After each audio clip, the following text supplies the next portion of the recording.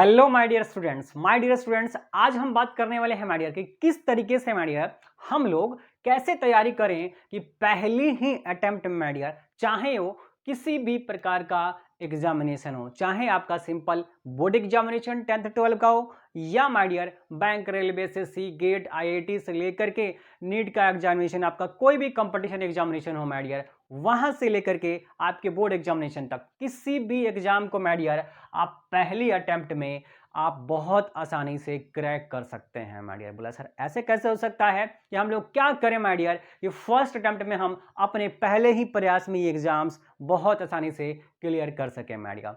बस आपको my dear आज की वीडियो 5 से 6 मिनट की पूरी देखनी है और शानदार तरीके से सारी बातें आपको समझ जानी है माय डियर। देखिए कोई बहुत बड़ी बात नहीं है कि पहली अटेम्प्ट में कोई एग्जाम क्रैक कर जाता है। बहुत सारे बच्चे आज के डेट में ऐसा कर रहे हैं माय डियर कि पहले अटेम्प्ट में निकाला। ऐसा तो मैं यूं कहूंगा कि जिनके पास बहुत सारे अटेम्प्ट है ना, वो शायद अब नहीं कर पा रहे हैं और फर्स्ट और सेकेंड अटेम्प्ट में ज्यादा से ज्यादा बच्चे निकाल के लेके चले जा रहे हैं एग्जामिनेशन। कैसे माय डियर? सिर्फ 3 बातों को फॉलो करते हुए। उन्हीं 3 बातों को आपको भी फॉलो करना होगा माय डियर। बस आपके चाहे बोर्ड एग्जामिनेशन हो उसमें 90 प्लस मार्क्स आपका आना ही आना है माय डियर। अगर आप किसी कंपटीशन के एग्जामिनेशन की बात करें, वहां आप लोग बहुत शानदार तरीके से निकाल के लेके जाएंगे अपना एग्जामिनेशन। तो जानते हैं कि सर वो 3 प्रमुख बातें हैं क्या माय डियर? चलिए पहली बात हम आपको सामने करने जा रहे हैं कि पहली बात बताइए सर आपके पास क्या है।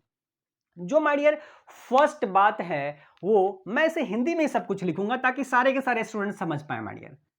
ये है माय डियर, क्या पढ़ना है और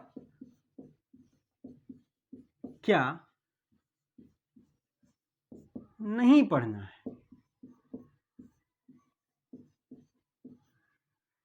पहली बात माय डियर, आपको अगर अपना एग्जामिनेशन निकालना है पहली अटेम्प्ट में, तो आपको सबसे पहले ये डिसाइड करना होगा, आपको चुनना होगा, आपको जानना होगा, आपको समझना होगा माय डियर। क्या माय डियर? कि आपको क्या पढ़ना है और क्या नहीं पढ़ना है माय डियर। इसका क्या मतलब हुआ? मतलब ये माय डियर, कोई भी एग्जामिनेशन हो बोर्ड से लेकर के आपके कंपटीशन तक, हर बोर्ड एग्जाम, हर एग्जामिनेशन के अंदर एक सिलेबस, एक बाउंड्री होती है माय डियर। हमें उस बाउंड्री के अंदर की चीजों को ही पढ़ना है माय डियर। तो सिलेबस के अंदर जो चीजें दी गई हैं सिर्फ हमें उसे ही पढ़ना है, ये दिमाग में बैठा के रखिए। आप कोई भी एक्स्ट्रा नॉलेज अगर आप लेना चाहते हैं माय डियर, वो आपके काम नहीं आने वाला है। वो एक्स्ट्रा नॉलेज आपको कोई वर्क नहीं देगा आगे चल करके आपकी लाइफ में माय डियर। इसलिए आप सिर्फ सिलेबस को ही फोकस करें। आप पहले देखें कि आपको क्या पढ़ना है, क्या नहीं पढ़ना है। ओके, पहली बात हो गई कि सर सिलेबस को हमको मेन फोकस करना है। आउट ऑफ सिलेबस हमें कुछ भी नहीं पढ़ना है, एक भी टॉपिक नहीं पढ़ना है माय डियर। अगर आप चाहते हैं कि पहली अटेम्प्ट में, क्यों, हमारे पास समय कम है, हम लोग अपनी बाउंड्री के भीतर रहते हुए सारा काम करने वाले हैं माय डियर, तभी ये हो पाएगा माय डियर। ठीक है, सिलेबस की बात करनी है, आपको पढ़ना सेलेक्ट करना पड़ेगा कि सर हमें ये पढ़ना है। अब इसके अंदर भी एक सबसे इंपॉर्टेंट बात ये होती है कि जो सिलेबस बाउंड्री है हमारा माय डियर, उसके अंदर भी बहुत सारे ऐसे टॉपिक्स हैं जहां से एग्जामिनेशन में क्वेश्चन नहीं पूछे जाते हैं और कुछ ऐसे टॉपिक्स हैं जहां से बार बार रिपीट किया जाते हैं माय डियर क्वेश्चन। तो आपको ये चीज पता लगाना पड़ेगा। कैसे पता लगाएंगे कि सर यहां से क्वेश्चन बार बार आता है, यहां से नहीं आता है? ये पता लगेगा प्रीवियस ईयर पेपर्स से माय डियर। आप पिछले 15 20 25 सालों का क्वेश्चन बैंक उठाइए, प्रीवियस ईयर पेपर उठाइए और उनको देखिए कि क्वेश्चंस कहां से आ रहे हैं माय डियर। आप एक बार एनालिसिस कर लीजिएगा, कुछ दिन आपका समय लगेगा, 2-4 दिन, अच्छे से पूरे पेपर का एनालिसिस कर लीजिए।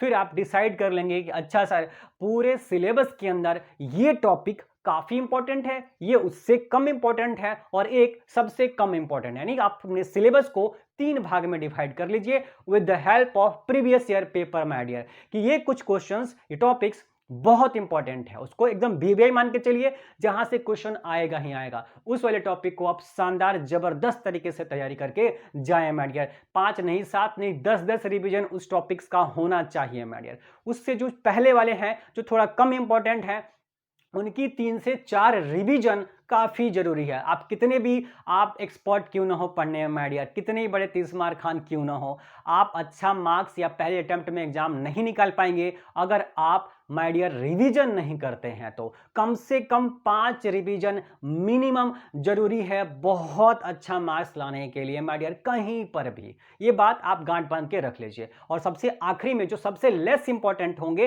जो शायद ही कभी आते होंगे, उसको हम 1 से 2 बार बस पढ़ के चले जाएंगे अपने एग्जामिनेशन के लिए। और मुझे आशा है कि आप पहले अटेम्प्ट में यहां से इस बात को फॉलो करते हुए शानदार नंबर अपने एग्जामिनेशन में लेके आएंगे। दूसरी बात सर क्या है? दूसरी बात माय डियर, सबसे जरूरी बात, ये दूसरी बात होती है, वो माय डियर क्या होती है, एक फिक्स्ड टाइम टेबल को जरूरी है कि आप एक पहले फिक्स टाइम टेबल कीजिए। समय, एक निश्चित समय आपको क्या करना पड़ेगा, माय समय निर्धारित करना है आपको माय डियर क्या करना है, समय निर्धारित करना है। मतलब सर क्या हुआ, मतलब सर डेली, आप अगर समय का मतलब हो गया कि डेली आपको 3 से 4 घंटे, डेली आपको 3 से 4 घंटे की पढ़ाई आपको हर रोज करनी है माय डियर, बिना कभी भी एक भी दिन अपसेंट हुए माय डियर। कभी ऐसा नहीं होना चाहिए, चाहे आपके साथ कोई भी सिचुएशन क्यों ना खड़ा हो, आप अपने सिलेबस को पाने के लिए, पढ़ने के लिए, ये जो डेली समय आप निर्धारित किए हुए हैं 3 से 4 घंटे का, उसको आपको हर रोज फॉलो करना है। मैं ये नहीं कहता कि आपको एग्जाम निकालने के लिए 15 से 20 घंटे पढ़ने की जरूरत है माय डियर, मुझे ऐसा नहीं लगता कि आप 15 से 20 घंटे पढ़ेंगे तभी आप एग्जाम करेक्ट करें माय डियर। अगर आप डेली पढ़ते हैं, आप बिना समय गंवाए एक भी दिन माय डियर आप डेली 3 से 4 घंटे पढ़ते हैं, घर पे सारे सब्जेक्ट को प्रायोरिटी देते हैं, ऐसा नहीं कि एक सब्जेक्ट पढ़ लिया, एक सब्जेक्ट को कोई मतलब नहीं है, तो ऐसा नहीं करना है। आपको सारे सब्जेक्ट पे फोकस करना है और हर रोज डेली 3 से 4 घंटे आपको पढ़ना ही पढ़ना है घर पे माय डियर। चाहे आप बाहर कोचिंग इंस्टीट्यूट या स्कूल्स में कुछ ना भी देर, कितना भी देर आप पढ़ते हैं, उससे मतलब नहीं है। ये 3 से 4 घंटे माय डियर आपके घर वाले पढ़ाई हैं, जो आप घर पे पढ़ेंगे, चाहे उन कॉपी कर। जो सबसे ज्यादा इंपॉर्टेंट अगर मैं बात करूं, देखिए बच्चा जो है गच्चा कहाँ खा जाता है, बच्चे का तेल कहाँ निकल जाता है एग्जामिनेशन के अंदर, उस बात को आप समझना होगा माय डियर। क्या होता है कि किसी भी एग्जाम में जो पेपर बनाया जाता है, चाहे वो बोर्ड हो चाहे कंपटीशन का पेपर हो माय डियर, हर जगह जो पेपर तैयार किए जाते हैं माय डियर ना, वो एक मॉडरेट लेवल क्वेश्चन होता है, एक हाई लेवल क्वेश्चन होता है, और एक आपका क्या होता है, काफी आपका इजी लेवल क्वेश्चन होता है। 3 तरीके के क्वेश्चन बनाए जाते हैं पेपर के अंदर, चाहे बोर्ड एग्जाम हो, मैं फिर बोल रहा हूं, चाहे कोई भी कंपटीशन का एग्जामिनेशन हो। एक हाई लेवल, मॉडरेट लेवल और माय डियर आपका काफी इजी लेवल क्वेश्चन बनाया जाता है। जो मॉडरेट लेवल क्वेश्चन होते हैं, ये लगभग 50 से 60% इनका वेटेज होता है, 50 से 60% अधिकांश क्वेश्चन। और कुछ इजी क्वेश्चन होते हैं और 10% वो क्वेश्चन होते हैं जो हाई लेवल के क्वेश्चन होते हैं माय डियर। अब जो रिजल्ट बनता है ना, जो बच्चे सेलेक्ट होते हैं, इंडिया में 3% बच्चे सेलेक्ट होते हैं, 97% बच्चे माय डियर फेल हो जाते हैं। तो अगर आपको 3% में शामिल होना है, तो वो 3% बच्चे वही हैं माय डियर जो ये काम करते हैं। वो 3% बच्चे माय डियर ये तीसरा काम करते हैं। बोला सर तीसरा बात क्या है, तीसरा काम वो क्या करते हैं माय डियर? तीसरा काम क्या करते हैं, हार्ड क्वेश्चन को माय डियर, जो भी हार्ड क्वेश्चन लग रहा है, हार्ड कंसेप्ट जो लग रहा है, हार्ड क्वेश्चन को कभी नहीं छोड़ना है, कभी नहीं छोड़ना है माय डियर। मतलब क्या हुआ सर? मतलब यही फर्क डालने वाला था। ये तीसरा जो कंसेप्ट है माय डियर, यही बच्चे के रिजल्ट पे फर्क डालना पड़ेगा। जो इजी लेवल है वो सारे 100% बच्चे वो क्वेश्चन करेंगे। सिर्फ आप ही तैयारी नहीं कर रहे हैं माय डियर, बहुत सारे लाखों की संख्या में बच्चे तैयारी कर रहे हैं। तो इजी वाला लेवल का क्वेश्चन सारे बच्चे करेंगे 100%। मॉडरेट लेवल के जो क्वेश्चन है वो 50 से 60% बच्चे करके जाने वाले हैं, लेकिन सिलेक्शन कितना का होना है, ओनली 3% माय डियर। तो वो जो बच्चे हैं वो हार्ड क्वेश्चंस को करके गए। अब आप क्या सोचते हैं, अच्छा हमें आसान क्वेश्चन आता है, ये भी आता है, चलो क्वेश्चन अगर बना रहे हैं, मान लीजिए कोई आप चैप्टर बनाते हैं, उस चैप्टर में 10 क्वेश्चन है आपके सामने, अब उसमें 2 क्वेश्चन ऐसा है जो हार्ड है, तो आप ये सोचेंगे अच्छा 8 तो बना लिया ना, 2 हार्ड है तो छोड़ दो, कोई दिक्कत नहीं है। लेकिन माय डियर वही 2 क्वेश्चन हार्ड क्वेश्चन आपके रैंक लाने न लाने, एग्जाम क्रैक करने और न करने में फर्क डालने वाला है माय डियर। तो कभी भी जो हार्ड कंसेप्ट है उसको आप छोड़िए नहीं। इजी कंसेप्ट सब पढ़ के जाने वाले हैं, हार्ड कंसेप्ट सारे बच्चे छोड़ के जाने वाले हैं, आप नहीं छोड़िए। अगर आप करके जाते हैं वही आपका सिलेक्शन कराएगा माय डियर, क्योंकि इजी वाला आप सोचिए सबने किया हुआ है, तो जिसने हार्ड वाला किया है उसी का तो नंबर ज्यादा आएगा। और आपके पास पता है कि भाई जो सीटें हैं वो काफी कम है, तो सीटें कम हैं तो आपको क्या करना पड़ेगा, वो हार्ड क्वेश्चन जिन्होंने किया है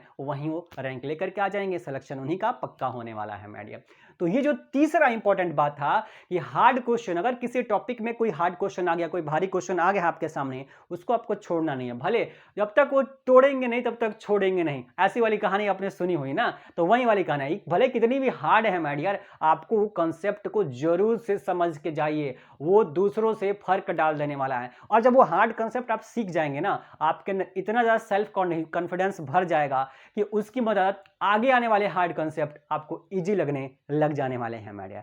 तो बेसिकली ये इस वीडियो में मैं आपको यही सब बातें बताना चाहता था कि अगर आपने ये 3 बातें फॉलो कर ली, सिर्फ 3 बातें, एक माय डियर, क्या पढ़ना है क्या नहीं पढ़ना है, सिलेबस बाउंड्री फिक्स कीजिए, और उसके बाद उस सिलेबस के अंदर भी क्या इंपॉर्टेंट है सबसे ज्यादा, क्या उससे कम इंपॉर्टेंट है, क्या सबसे लेस इंपॉर्टेंट है, वो 3 बातें आप फाइंड आउट कर लीजिए। कहां से करेंगे, with the help of previous year paper planner, ठीक है, पिछले साल के क्वेश्चंस को आप देख करके डिसाइड कर सकते हैं। और तीसरी बात जो है ये है कि समय माय डियर, आपको एक रोज का रोज, डेली का डेली, आप ये मान के चलिए कि आपको रोज क्या पढ़ना है, वो रोज का रोज आप डिसाइड कर सकते हैं। रात को रात सोने से पहले कल को क्या करना है डिसाइड कर लीजिए रात को सोने से पहले, लेकिन आपको 4 घंटे पढ़ने हैं तो पढ़ने हैं माय डियर। और ये बात सुनिए, और आखिरी बात तो आपने समझ लिया, ये हार्ड कंसेप्ट को कभी भी नहीं छोड़ना है माय डियर। ये था मेरी तरफ से, मुझे लगता है ऐसा कि ये 3 बातें आपको बहुत ही ज्यादा आपके एग्जाम को क्रैक करने में हेल्पफुल होंगी। आशा करता हूं कि वीडियो आपको पसंद आया होगा, ये सारी बातें आप अच्छे से समझ भी गए होंगे माय डियर। तो जितने सारे स्टूडेंट्स ये वीडियो देख रहे हैं माय डियर, लिंक को शेयर करें, दूसरों तक पहुंचाएं। अगर नए स्टूडेंट्स देख रहे हैं तो हमारे चैनल को सब्सक्राइब भी करना बनता ही बनता है। मिलेंगे ऐसे ही अगली वीडियो में।